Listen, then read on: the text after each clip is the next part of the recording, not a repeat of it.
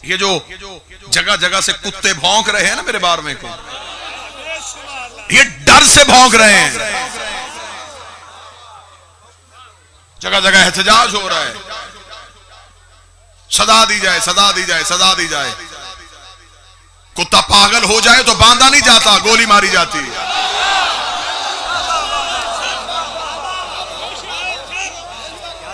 ये जो भौंक रहे हैं ये गुस्से में नहीं, ये डर से भौंक रहे हैं। यही डर इन्हें अंदर से खा गया कि हमारा था, इनका है। हमें इंतजार है, हमें इंतजार है, हमें इंतजार है। आने दो मेरे बार में को। हिसाब सिर्फ जिंदों से नहीं होना,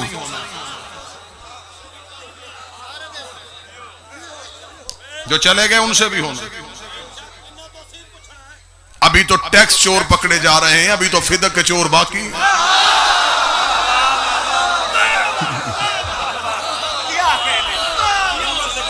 अभी तो जमीनों का हिसाब हो रहा है। फ्लैट कहां से आए, पैसा कहां से आया। अभी तो 12वां आएगा और अदल की कुर्सी पे बैठ के कब्र से निकाल के पूछेगा, अब बता फदक कहां से आया था।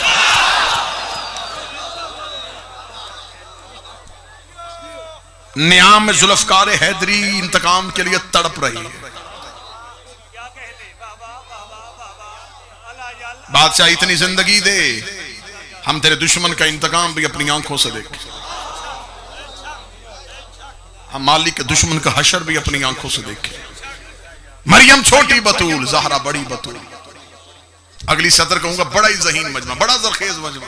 अगली सदर कहना, मरियम छोटी क्यों, ज़हरा बड़ी क्यों। मरियम का एक बेटा मासूम है,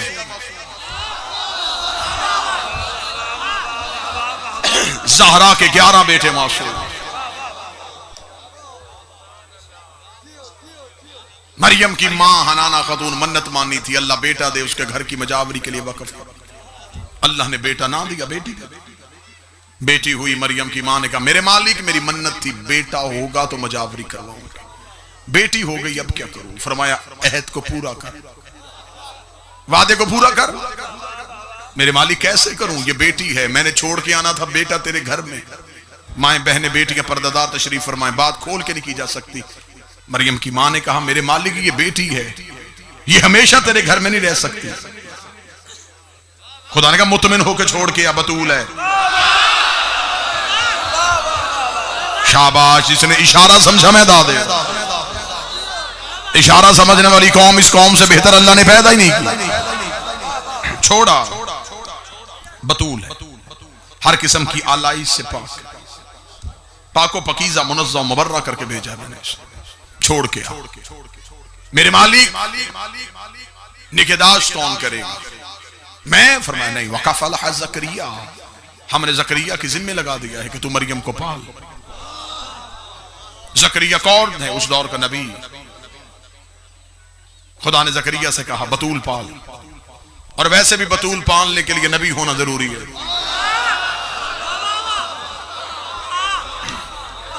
घर में बतूल हो, निगरान का रसूल होना जरूरी है। ज़करिया तू पाल। जनाब ज़करिया ने मरियम को लिया और अल्लाह के घर में गए। वहां अल्लाह के घर में छोड़ के दरवाजा बंद किया, ताला लगाया, चाबी मेरे में रखी। तबलीग दीन की खातिर चले गए। तबलीग करते करते जहन में आया, और जिसे अल्लाह के घर में छोड़ के आया उसे भूख लगी हो। जनाब ज़करिया तेज कदमों से चले, घर आए, बीवी से कहा रोटी बना। बीवी ने रोटी बनाई। ज़करिया रोटी हाथ में लेके अल्लाह के घर का ताला खोला, दरवाजा खुला। ज़करिया की हैरत की इंतहा न रही। मरियम के मुसल्ले के आगे खानों का ढेर।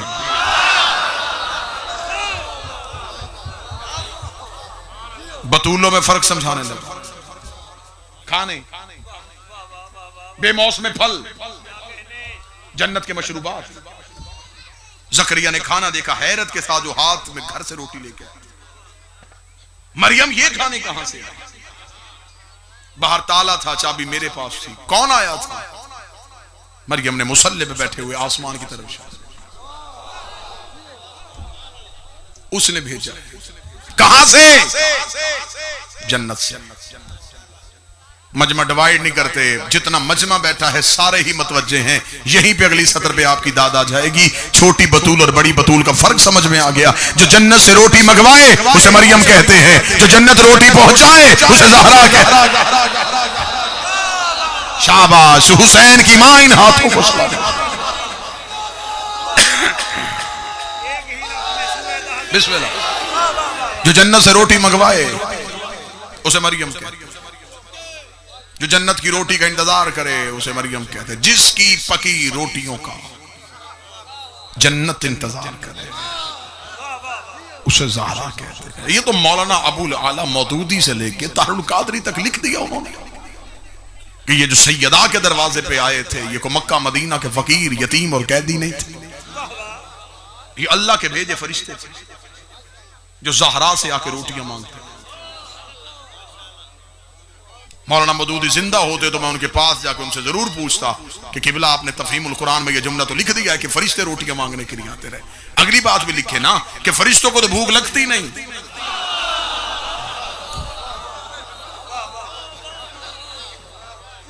फरिश्ते तो सिर्फ इबादत करते, इबादत छोड़ के ज़हरा के दरवाजे पे।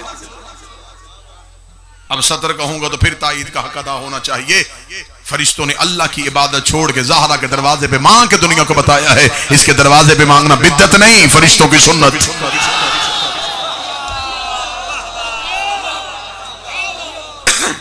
और पूरी जिम्मेदारी के साथ अगला जुमला पढ़ने लगा, पूरी जिम्मेदारी के साथ। ये जो सैयदा के दरवाजे पे रोटियां मांगने आते रहे ये मन्नत के रोजे थे, वाजिब रोजे नहीं थे, रमजान के रोजे नहीं थे, मन्नत के रोजे थे। नबी ने रखवाए थे, रखा नहीं था। किसी किताब से साबित करो कि नबी ने वो रोजा खुद रखा, नहीं, नबी ने रखवाया, रखा नहीं। पहले दिन आले मोहम्मद अफ्तार करने लगे, दरवाजे पे दस्तक हुई। फिजा ने पूछा कौन है? अना यतीम, मैं यतीम। सैयदा ने फरमाया रोटी यतीम को देके। एक रोटी ज़हरा ने दी, एक अली ने दी, एक हसन ने दी, हुसैन ने दी। 4 रोटियां फिजा के हाथ पे, 5वीं रोटी रखी फिजा ने नीचे अपनी।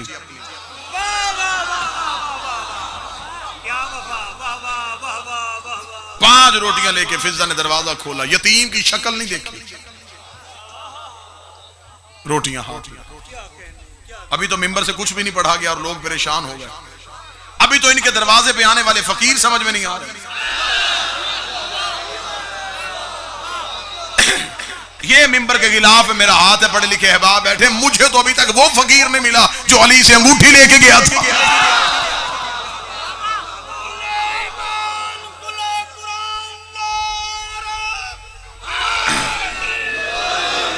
वो जिसने अमीर अल मोमिनीन से आके अंगूठी ली, वो कौन सा फकीर? मेरे जहन में तो अभी तक कई सवाल वो रुके हुए हैं। ये कौन सा फकीर था जिसकी आवाज अली ने नमाज में सुन ली? जबकि अली कहते हैं कि मेरी नमाज तौहीद से गुफ्तगू का नाम। जब अल्लाह और अली गुफ्तगू कर रहे थे तो दरमियान में फकीर की आवाज अली को कैसे आई?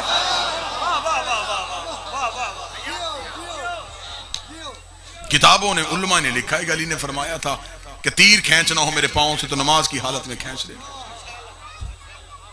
क्योंकि नमाज में अली यहां नहीं होते तो जो यहां था ही नहीं उसे फकीर की आवाज कैसे सुने? फिर नमाज में अली रकू में थे। अहले इल्म तशरीफ फरमा है, उल्मा से प्यार करने वाले लोग बैठे हैं, बगैर वजह के नमाज में हरकत नहीं होती। रकू है वाजिब रुक नमाज का। अली रकू में थे, अली ने हाथ से अंगूठी उतारी और हाथ पीछे किया। क्या कहने, वाह वाह वाह। किसी किताब ने लिखा कि अली ने वो नमाज दोबारा पढ़ी हो। ठीक हो? इससे ज्यादा हैरान करने वाली बात आगे करूं? मौला अमीर अल मोमिनीन ने अंगूठी दी। खुदा ने भी कुरान में सिर्फ शाबाश नहीं दी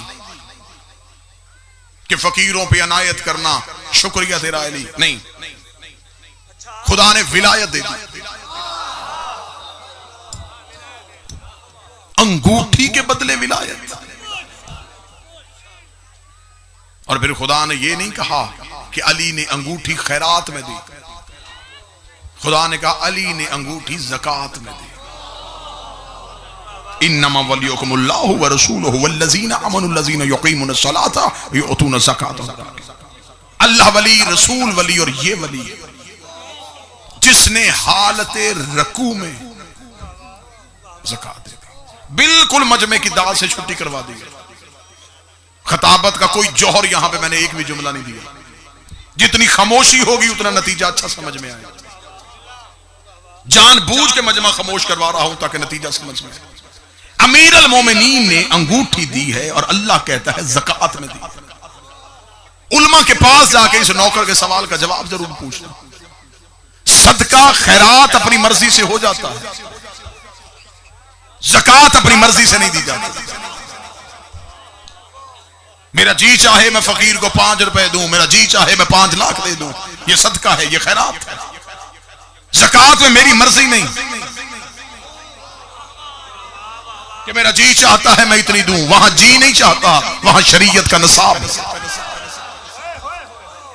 ऊंटों पे अलहदा है, भेड़ बकरियों पे अलहदा है, गंदम चावल की अलहदा है, सोने की अलहदा है, करेंसी की ज़कात अलहदा है। ज़कात का निसाब ऐसा ही है। किसी इंसान ने हिसाब करवाया, उसकी ज़कात बने 500 रुपया। अब वो 501 भी नहीं दे सकता, 499 भी नहीं दे सकता। क्यों? इस वजह से कि ज़कात इतनी बनी।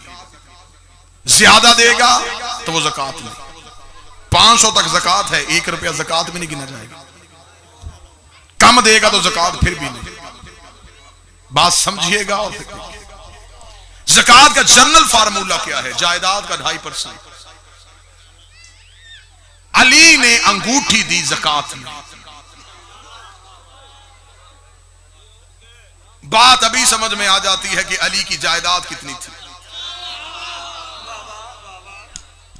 उस दौर में तो कंप्यूटर नहीं होते थे, उस दौर में तो कैलकुलेटर नहीं होते थे। अब तो हर बंदे के मोबाइल में कैलकुलेटर है, बिलियन मिलियन ट्रिलियन तक हिसाब हो सकता है, तो अभी हिसाब कर लेते। अली ने दी अंगूठी, खुदा कहता गई ज़कात में। अंगूठी की मालियत से पता चलेगा कि अली का रकबा कितना था।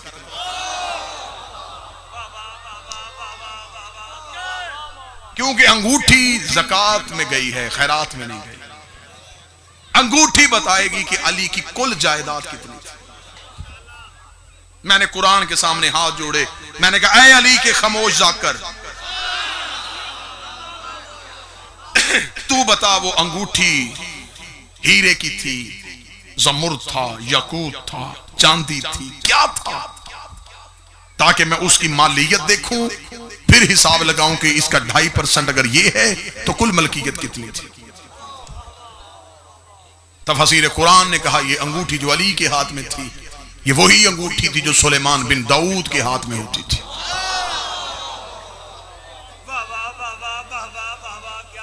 बात की तह तक पहुंचने के लिए थोड़ा बात के पीछे तो चलना पड़ेगा। मैंने कहा सुलेमान बिन दाऊद के हाथ में थी, तो बताओ सुलेमान बिन दाऊद की अंगूठी की कीमत कितनी थी। कुरान ने कहा मैं तुझे सुलेमान बिन दाऊद की अंगूठी की कीमत बताऊं। ये अंगूठी पहनता था, हुकूमत शुरू हो जाती थी।